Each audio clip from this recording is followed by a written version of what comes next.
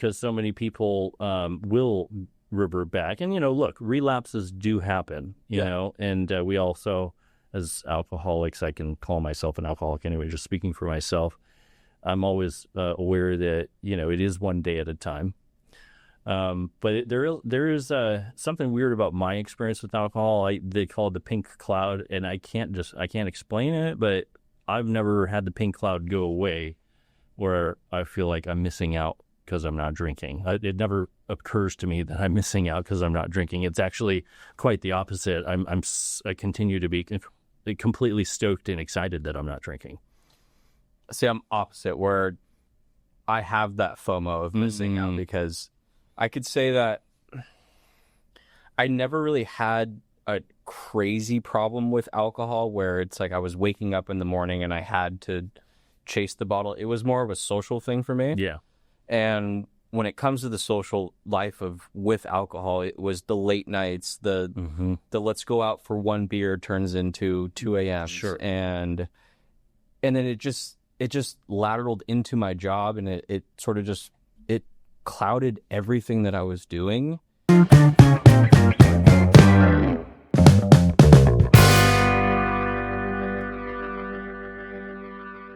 All right, and we're back. What's up, everybody? How's it going, Wyatt? Good. I'm here. Yeah, thank you. We had a scheduling snafu, and it was all my fault. And I'm just stoked that you were able to make it. Joining me today is Wyatt Hill. We're not necessarily talking real estate or mortgage today. We're talking more sobriety. We're car guys, but he does work for Compass Real Estate. I've known Wyatt for a few years now. I originally met you from my wife, Lorraine. Yep. Who's happens to be the best escrow officer on planet Earth. And owner, I might add. Yeah, Lorraine is a rock star at what she does. Yeah, she is. Yeah. When realtors work with her, they're like, wait, what?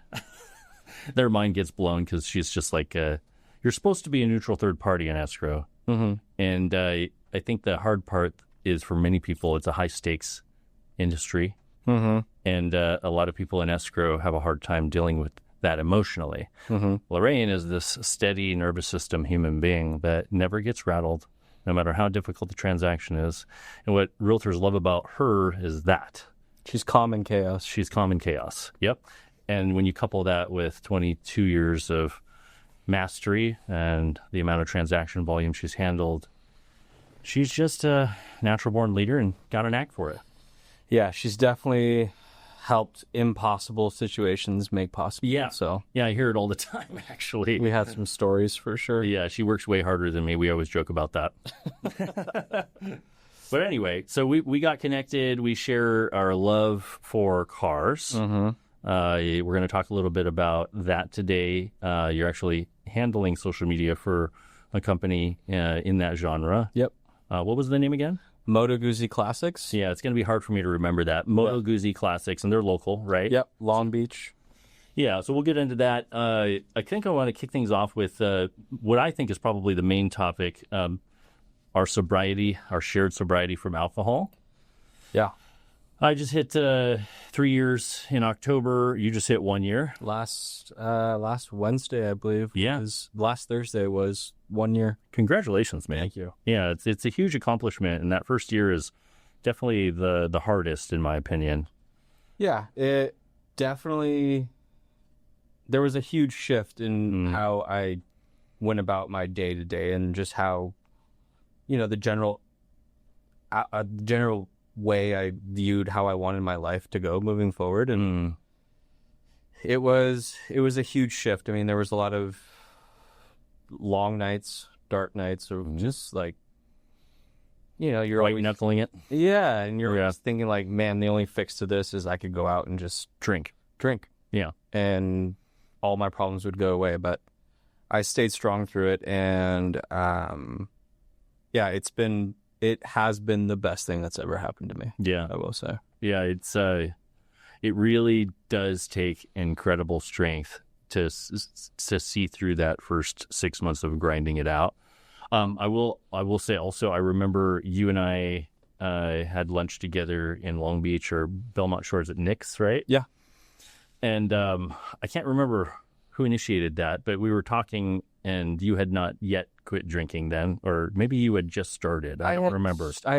I told myself that I was going to take a pause on it, and That was the beginning of the sobriety, though? that was the beginning of it. And I told myself I'm just going to take a pause on it, kind of see how things work with it. Yeah. And I think at that moment I just had bigger things that I wanted to accomplish in life, and drinking wasn't really part of it. Yeah. And It's hard to accomplish while also actively hitting the bottle. Yeah.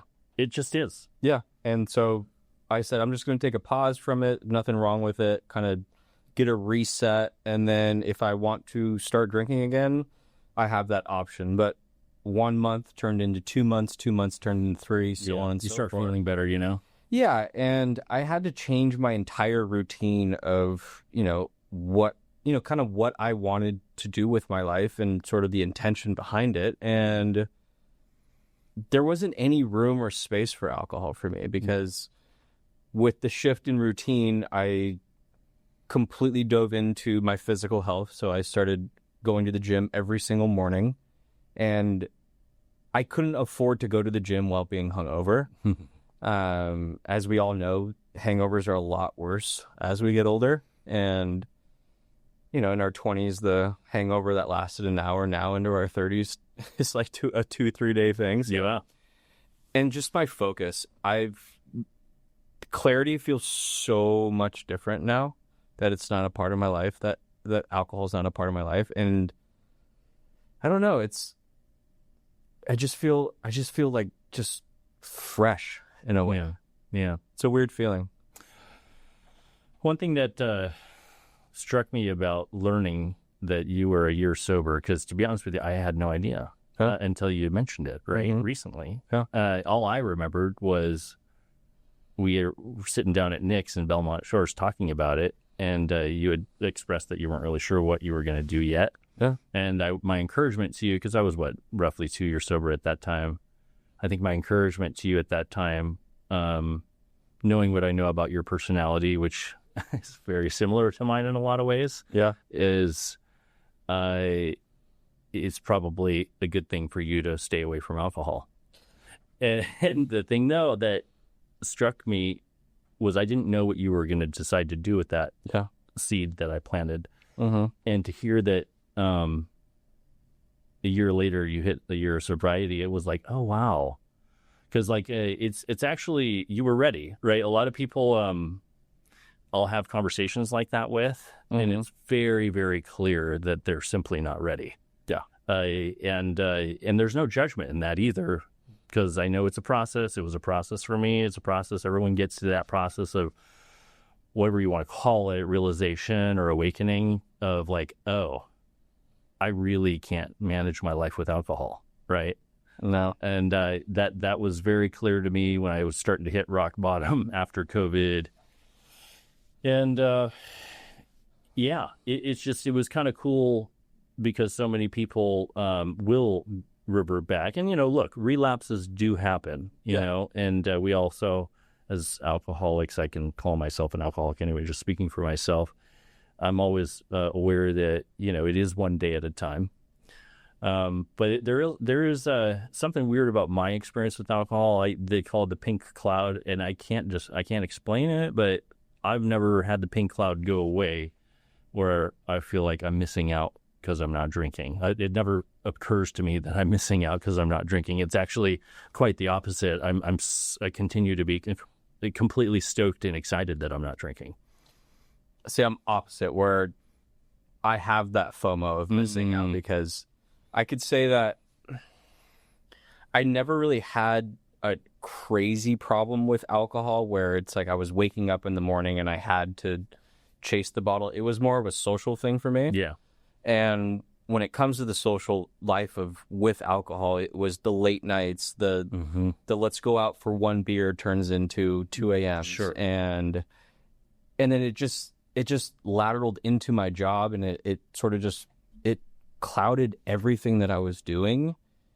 And I think at a point where I was just so burnt out from it. Yeah. I mean, I had some things happen in my life personally that sort of helped me get over that speed bump of like, okay, you need to put it down and sort of change your entire way of living. And alcohol, again, was just not a part of that equation. But it stopped being fun. It stopped being fun. Yeah. And back to what we were just talking about as far as the fear of missing out, I still have it to this day because, like I just told you, I am very much a social person, and I had to cancel and sort of block out a lot of my friend groups because of that. Yeah. And that was hard to do because, my people are my people, and those are my biggest support system. But, it just wasn't, at that time, it just wasn't right for me to be associating myself with that because,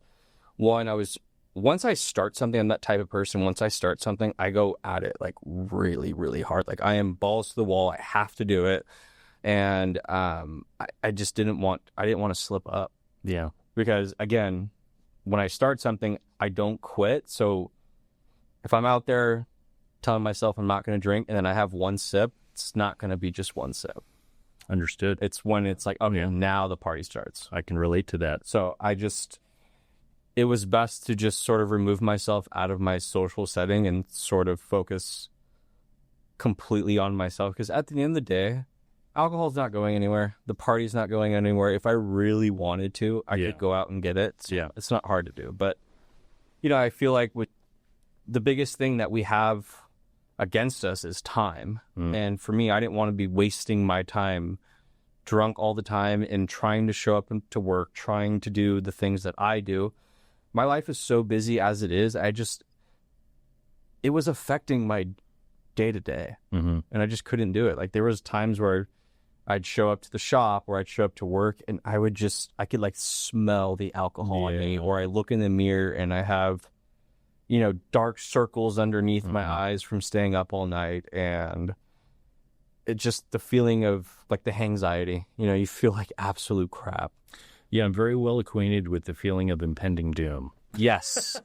100%. I say that both jokingly and seriously, It's something you hit on that I think is important that I experienced too. When you become sober from alcohol, your friend group kind of has to change. Yeah. And I don't even, again, I always want to continue to preface this. I'm not saying this from a place of superiority, right? Everyone's got their experience.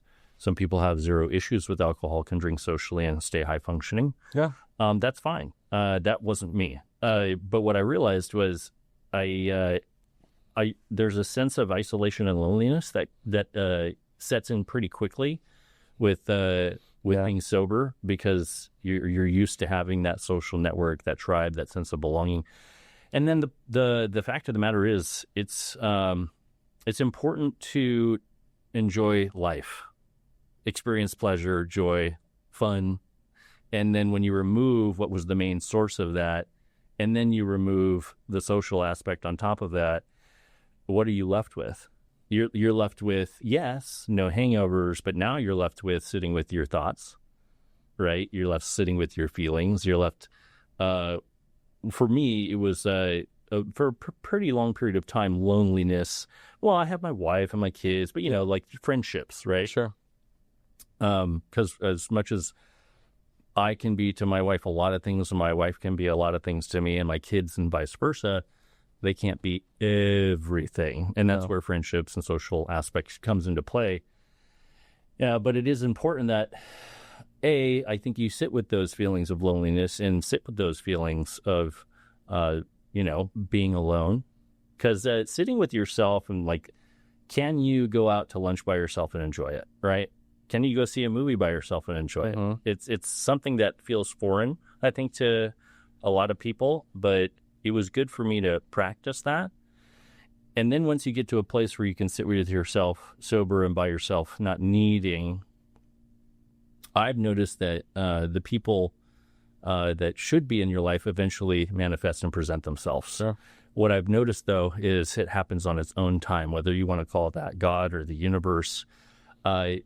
These things eventually happen on their own, but there's no fast forward button, right? You kind of have to go through the journey and keep faith people will present themselves in your life, right? That they're not like, I'm certainly not going to be saying, Wyatt, what are we doing Friday night? Let's go get blasted or shit-faced, right? It's just not going to happen. No.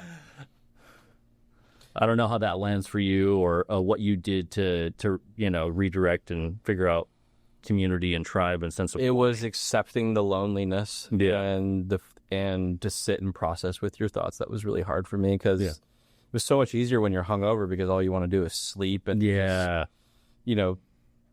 give yourself that excuse that I could do this because I'm hungover, and like, haha, to my friends, like, dude, I feel like shit. Like, I'm just gonna have a chill day. But when you're sober and you're going through the trials and tribulations of alcohol, it's like, it's such a weird feeling having to sit there clear-headed and just process your thoughts. And I'm a busybody person, so having to sit still and in silence, it's hard. Yeah, that's when the pen and paper started coming out for me, and I had to start writing everything down, because my mind got so flooded with these thoughts that I needed to be doing something. So, and I needed to be doing something for myself. So for me, writing became a huge aspect into the recovery, and it helped a bunch, because you start to really learn about yourself that you never knew. Yeah. And so you never gave it the opportunity to really understand and sit in that silence for these things to come up. Exactly. Not putting words in your mouth. That's kind of what my experience was. Yeah, things would never come to the surface if I didn't have that time to sit alone. And so when you start developing these thoughts and being able to write them down on paper, it's a fulfilling experience to be able to learn yourself in that manner. Yeah. What's kind of cool too is once you start to get a handle on that, the journaling's beautiful. I do think sometimes for me it was hard. The insights like that were hard for me to come by without professional help. Like the therapy piece, it wasn't easy in the beginning, because you're trying to understand how it works. Trying to understand how to process trauma, express feelings, and feeling safe doing so in that context.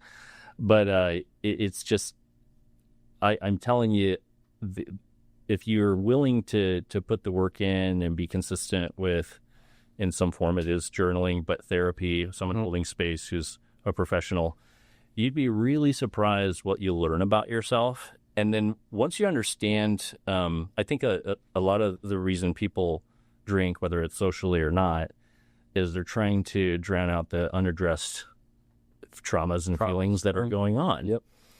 And it doesn't really feel good, because, it numbs it temporarily. Of course, it becomes amplified after with the hangover and the anxiety, as you put it.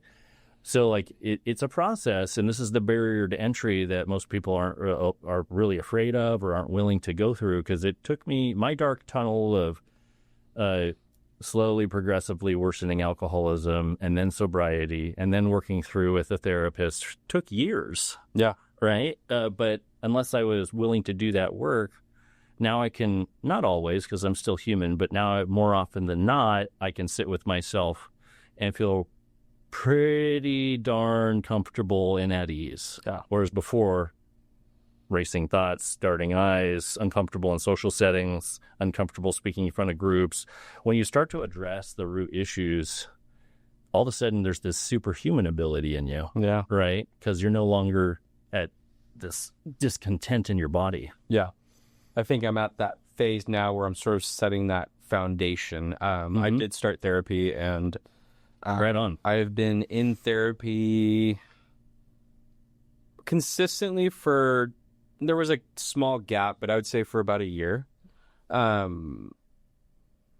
had to get into that because I think all of my thoughts were so, from my childhood and on, were so compartmentalized that I needed to get them out, and I needed to address them, because in the past I'd always just, if anything came up, depression started hitting me or any sort of anxiety, it's like I would go straight to that bottle. So having to set that foundation, talk to a therapist, and really truly figure myself out was the only way for me to, again, bring those to the surface, to really, be able to address them and, live that healthy lifestyle. It's funny. Like we go to the doctors because we've broken our leg in a car accident. Yeah. Right. Now, when we've broken our nervous system from trauma or unhealthy coping mechanisms, we're doing nothing.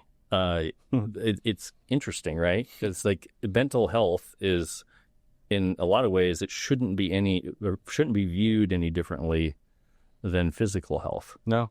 And to a certain extent, one doesn't come without the other. True. Right? Because you can be ripped with a six-pack, but be driven by fear, dread, anxiety, and trauma, and you're not going to feel very good. No. Does that make sense? No. So the therapist piece is somebody, just to simplify what it means, if someone's thinking about it, therapy, what is therapy? It's somebody professionally trained sitting outside who is outside of your emotional bubble, right? Because when you're in your emotional bubble, it's really hard to make sense of shit. Neutral third party. Right? We need the Lorraine version of a therapist. Exactly. Which I have found. And sometimes you have to go through the work of finding one that aligns for you. Yeah. You I know? went through a couple and finally have one that, I could truly relate with or truly open up to. And again, I'm not perfect. I'm still pretty hesitant on sort of opening myself up, but small bits here and there. Yeah. Well, oh man. Well, let me just tell you, I've been sober for 3 years, but I've been in therapy for 9, and I found my therapist. And the further down this road you get of these fractional percent improvements over time, it really does become a masterpiece over time. Right. Yeah. So it's a journey.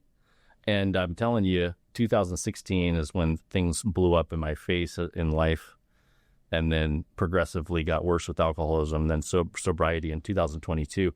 That whole journey with therapy and everything else, I mean, that was almost 10 years. So think about that. That's tough, right? I'm not saying it's going to take everyone 10 years to feel good, but to continue to climb the mountain and get to the mountaintop, it's one step at a time, and it slowly but surely may not feel like it in the midst of it, but over time it really, really does get better. Yeah, and I also feel like there is no mountaintop. It's like we want to progressively always getting better, because there's multiple mountaintops. Yeah, I just don't ever want to reach that, because there's only one way down. So I want to continue climbing and bettering myself, because again, time is fleeting, is the biggest thing against us right now. And so I don't want to start this, I don't want to start this later in life when, I have much more responsibility. Or it's too late, Or it's too late, yeah. So I'm proud of myself for starting this where I'm at now in life. I mean, I'm in my mid-30s, and you would think, fuck it, go out and drink, have fun, party, but I don't know. I just feel like I have there's so much to life, and I don't want to feel like this.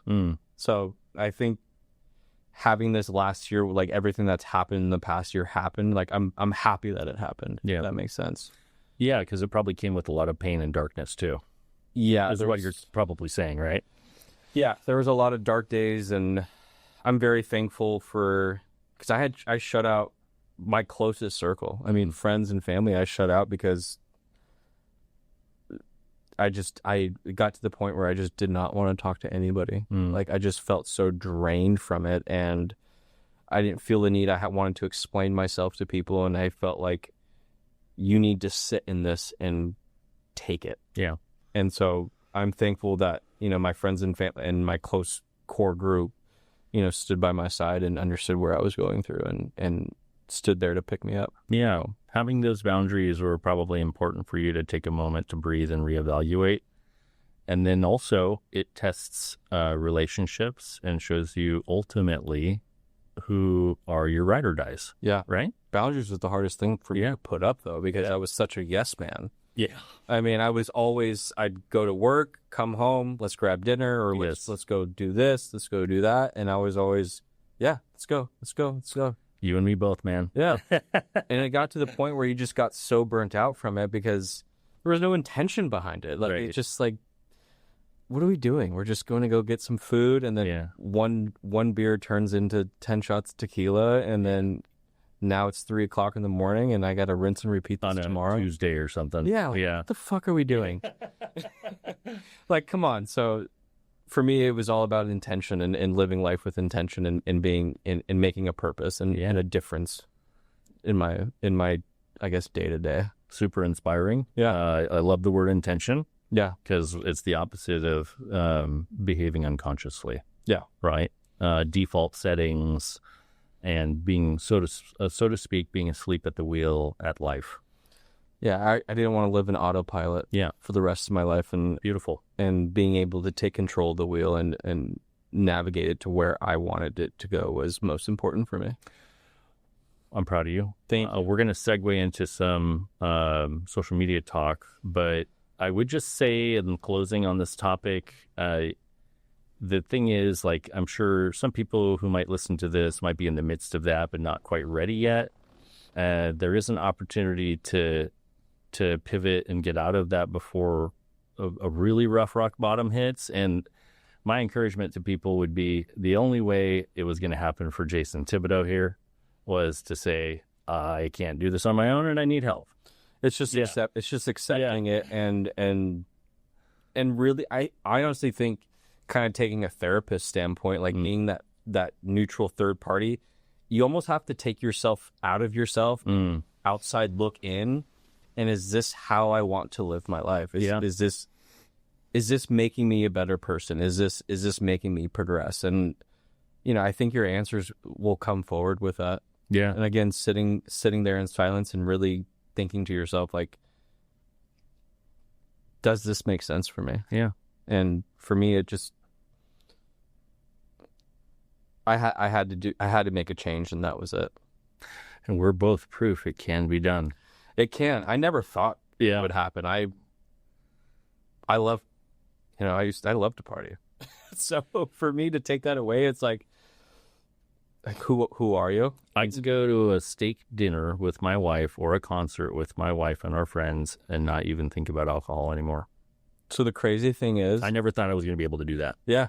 So it's funny you brought up concert. Last week, I went to a concert and I did not want to go because after talking to my therapist, she had mentioned there's like signs of OCD in your behaviors, but you're not the C. I can relate to that. You're not the C. You're just the O.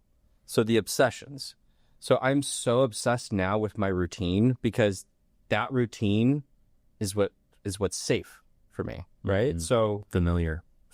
So when I was thrown that opportunity to go to a concert, I freak out. Like my anxiety is like, fuck, I'm not going to be able to go to the gym in the morning. I'm going to be tired the next day. Disrupts your routine. Yeah. And so going through the day, I'm like, how is this going to work? I'm like legit freaking out. And go to the concert, the thought of sobriety comes into the back of my head, like, fuck, this is going to be my first time in a major setting where when you think concert, you think drugs and alcohol and party like rock stars. Let's go and do it. I get in there and it was such a breath of fresh air knowing that I walked through that door, not even a thought goes past me like, maybe just grab one beer or maybe just do this or maybe just do that. It was nice to be in that moment and actually feel the concert, be one with the concert, if that makes sense. Yeah. It was enjoy the music. Yeah. And it was nice to finally do something different, break routine and almost feel alive. Like I honestly felt alive during that. And it was the best feeling. Went home, late night, no big deal. It's like, it's just one day in my routine. And no alcohol. So you're functional tomorrow. I woke up the next morning, went to the gym, and everything was fine. So it can be done. It can be done and I've done it. I just did it last week, freaked out. I had my moments before that. I'm like, I don't want to do this at all. Yeah. And I'm proud I did because I haven't felt alive like that in a while because I'm so used to, my day-to-day, my routine. Yeah, there is life after alcohol. Steak dinners, guess what? You start to fall in love with food again. concert, you start to fall in love with the music again. That's the problem. Yeah. No more alcohol. I am the sweet addiction. I've never had a sweet tooth until I stopped drinking. Yeah. And I have zero self-control when it comes to cookies. Yeah. Zero. Well, at the end of the day, we're all still human. I'm still an addict at the end of the day. I'm trying my best to harness it in the right way, being a family man, the gym, but in a way that's not going to crush me, work in a way that's going to add value and be meaningful. Sure. You just have to learn as an adult, right? You're supposed to age like fine wine, no pun intended. Yeah. Where you really do get to know who you are. And you just got to figure out, because you're human, like there's no way to not be human. You're going to have the highs and the lows. You're going to say things you shouldn't. You're going to be in bad moods and create fights that you shouldn't with your wife, whatever. Yeah. This is part of being human, right? You're overstressed. You didn't sleep. You just have to figure out how to harness your humanness in a way that is going to honor who you want to be. Yeah. That's it. On that note, 100%. Talk to us about the Gaucho. Gaucho, did I say it right this time? No? Mm-mm. Gucci?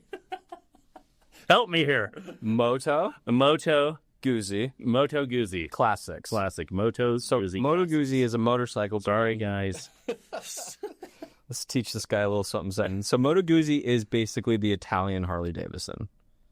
It's a brand that's been around since 1921. They still build the same the bikes in the same factories. Moto Guzzi. Interesting. Yeah. It's the Italian Harley.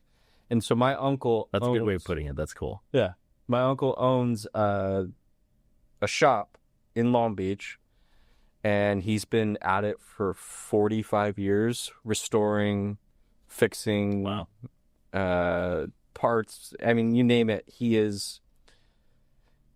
After starting the social media with him and finally getting a following, I'm starting to realize how much of a legend he is in his sort of niche market. And so you've been able to help him spotlight that legend and like really blow up the social media presence, right? Yeah. And the best part about it is nobody knows who I am. I go into that shop, I pull out my camera, and I do some narrating. And it's essentially just him. Take. Is that the role you prefer to be in? Yeah, the goal was to never highlight me. I mean, I've had people in the industry, it would be such a good leverage point for your business. And for me, it was never about me. It was always making sure that, I kept his legacy alive and making sure that people saw who he was. That's really beautiful. All I am is a voice behind the camera with a good taste in music at the end of the day. And so I had to separate myself. I never wanted to be in the spotlight. And honestly, it's kind of nice being, Instagram famous without anyone knowing who the hell you are. Yeah, that's really cool.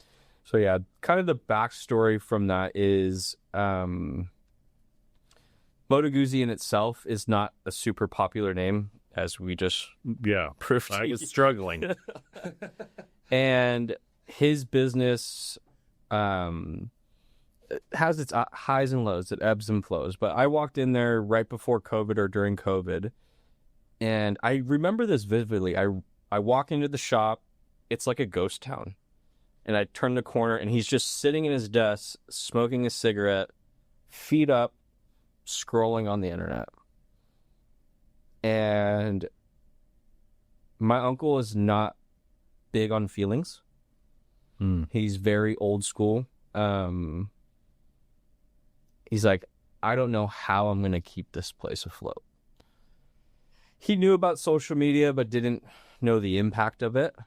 I don't even think I knew the impact of it at that time. It was more just, we need to do something different. And we need to do something that hasn't been done and something that you're not comfortable with, and that's social media. All he wanted at the end of the day was the phone to start ringing and he could start selling some parts. So I said, okay, what do we got? He's like, well, I got a scrap pile in the back that the scrapper guy's coming in the next couple hours. Let's make a video. So I went on Facebook Live, I think at that time, filmed a video. It was maybe a 5-minute video, him. And he's such a character. So That's probably helpful. Very helpful. He starts talking about all these parts, and as he's going through the scrap pile of parts, he's picking up a part, throws it, picks it up, throws it. And at the end of it, he's like, just call the shop. And ended the live, and I saved the video, and I posted it.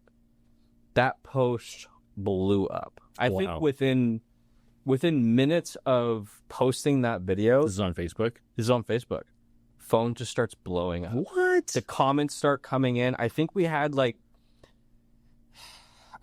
over 500 comments come in on that post alone. Was it local stuff or people from all over? People from all over. Because he was so well known in his industry, but I think there was such a lull in his business where people, I mean, the comments said it, like, I didn't know you were still in business. Oh my God, it's so good to see you. Because he didn't have social media, so he had no way of showcasing what he did. Yeah. You're probably touching on something that's pretty significant here because, I can't help but think about my dad.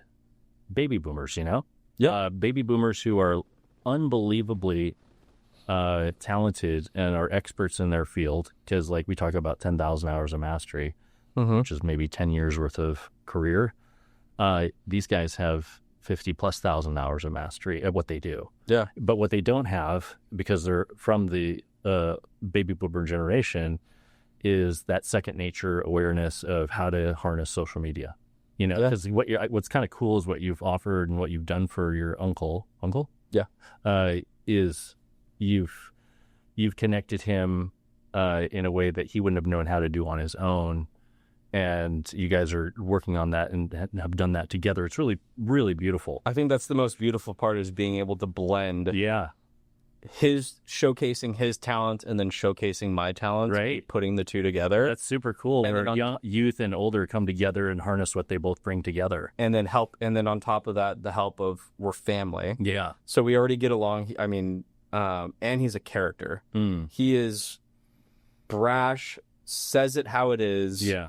Old school mechanic, and people that resonates love with that. People, though. Yeah. People like authenticity. Yeah, and that's exactly. I mean, that's the best way of putting it. Mark is the most authentic person that I've ever met, and the best part is people that'll see him on the streets, or and we've had people fly from all over, like from Italy. It's like this had to be a pit stop. Like, we had to come to the shop to meet you. Wow. Yeah, we've had people That's from insane. France, from Turkey, Italy, all across the U.S. You know what I'm realizing here? This is something that you could duplicate probably for experts in their field and that generation who feel lost in that social media sense. It is sad. That's what comes up for me anyway. Yeah, I mean, there's a lot of... I'm going to have you talk to my dad. Yeah, there's a lot of boomers that have, like, these lost talents that aren't showcased. And,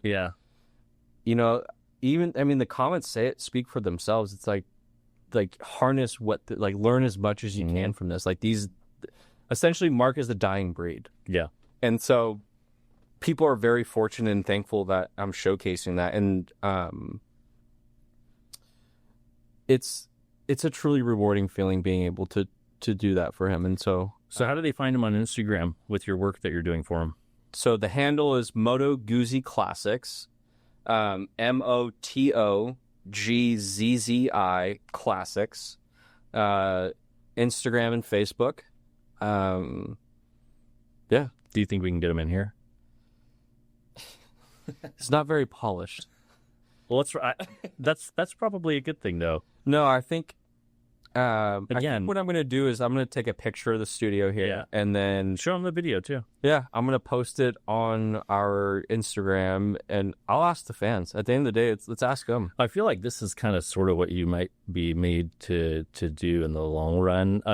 You're with the real estate piece, of course. I mean, real estate's so cool because it allows you to this is what I'm doing here, and this has nothing to do with mortgage to a certain extent. Yeah. And it's only because of my 20 years in mortgage that now I'm able to pivot a little bit. Sure. So it's something that really feels clear to me on the outside looking in, that you could probably do this for a lot of people who are someone like your uncle. I have been hit up. I've been asked to do this for a couple different businesses. Well, now you're not like you're not trying to prove yourself. You've already done it. Yeah. You know what I mean? I even was pitched to do this in my office. How many followers does he have on Instagram? So on Instagram right now, we're at 161. 161,000. 161,000. Incredible. Yeah. He's monetized? We are monetizing brand deals, sponsorships. It's so cool. Yeah. The crazy thing is when the money started coming in. Yeah. Yeah. It's not a lot, but it's, it's but rewarding. It's not necessarily the money. It is the sponsorships. It is the clients who come, right? It's brought the business back to life. Yeah. The marketing and branding aspect of it just by default is incredible. Social media, like what I don't recommend with social media is doom scrolling and like not using it in a way that harnesses its power. But this is a great example of if you understand how to harness social media, what it can do for people. It's a powerful tool. Yeah. It's very powerful. Being able to grow an account from essentially 0 to 161,000 on Instagram. Bravo. 72,000 on Facebook. And that's with 0 paid ads, 0 boosting, no money, no marketing dollars thrown back into it. It's incredible. 100% all organic. Yeah. And it's shot with one thing, an iPhone. Incredible. That's it. That's it. It's super inspiring. Yeah. It's time consuming. I mean, I will say the negative of it is the editing processes and sort of keeping up with Instagram trends and stuff like that. So yeah, that's always going to be a fluid, evolving thing too. Yeah. So if you're in it constantly, it's fine. Yeah. You'll be fine staying at the cutting edge. But I hear you on that. That can, I'm sure, be a grind. Yeah. Have you heard of virtual assistants? I have. That just changed my life for the record. It goes back to that OCD thing without the C, the O. It's like I'm very obsessive of. First, I'm very protective of that account because that's kind of like my baby. It's like I've grown that from 0 and totally. And the way we shoot or the way I film is very point of view, in your face. I don't want to change that. I don't want the content to get polished. I don't want it to. Well, it works. You're not trying to reinvent the wheel. No, I hear you on that. Yeah. So, I mean, there's some things that I would like to implement into it. I think this podcast, doing a podcast with him would be cool because we get a lot of questions on. That's what I'm talking about. On his probably life. So many things. He's got stories. His personal life story. The things that he can teach people about the brand too. Moto Guzzi. Did I say that right? Yeah. We're getting there. In Italian, it's actually Guzzi. Guzzi. But in America, it's Guzzi. Yes. Yeah. Bravo. Yeah. The goal is to gain more following than the brand itself. Oh, that's so cool. The brand itself has 237,000 followers. So he's going to be an unofficial spokesperson then for the brand. We get so many invites to go to Italy. Like, you got to go. Fans that are like, you could stay with us. But we could ride our bikes. That would do for the content. That would explode it. Oh, yeah. Yeah. It would. You should do that. So here's your nudge. Do it. We have like 5-10 minutes left before the next person comes. I'm curious. Was there something else on our list we wanted to talk about, I thought? No, unless you want to talk cars. Yeah. I mean, the car thing, like, are you still doing okay. Here's what I want. This parking lot. Yeah. On a weekend? Yeah. I want to do a JMJ and Wyatt Hill brunch of cars. Yes, please. Can we?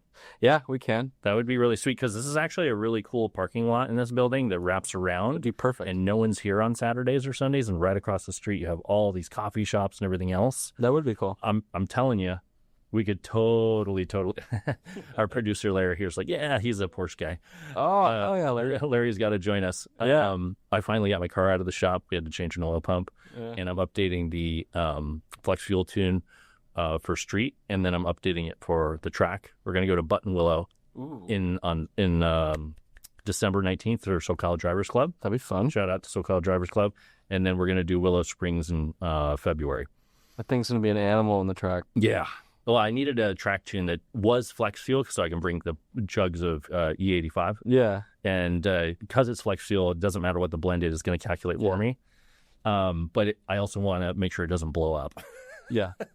The good thing about ethanol is it keeps the car cool. Yeah, that's true too. Well, I only track 4 months out of the year. I've already learned the hard part of going like back when Pomona had that Roval Speedway thing. Mm-hmm. I would go in the summertime, and that was so miserable. So, like, for me, It's so hard on cars, too. it's November, December. Obviously, weather has to cooperate. Yeah. I won't go January, February because of the rain, and then March and April. Yeah. Once May hits, Buttonwillow is 100 degrees. Yeah, it's So, like, those are the 4 months out of the year I'm willing to track a car. you need boost weather. Exactly. Yeah. Anyway, we love cars. Here's a preview. We will be collaborating if he's willing. Yeah. To do a collaboration car show at the Huntington Beach JMJ branch. Yeah. I mean, this parking lot would be perfect. It's a perfect circle. So stay tuned. Yeah, let's do it. All right, Wyatt. Thank you. I'm sorry about the scheduling snafu, and thank you for being so flexible on that. We'll make sure, on the long form recording later that we include links to the Moto Guzzi Instagram page for your uncle. Yeah, thank you. I appreciate it. Yeah, for sure. Yeah. And thanks for being here today, and I appreciate you very much. I'm also really proud of you. Congratulations on the sobriety. Thank you so much. Likewise. Yeah. Thank you. Right on. All right. Until next time. Thank you, guys. Bye, guys.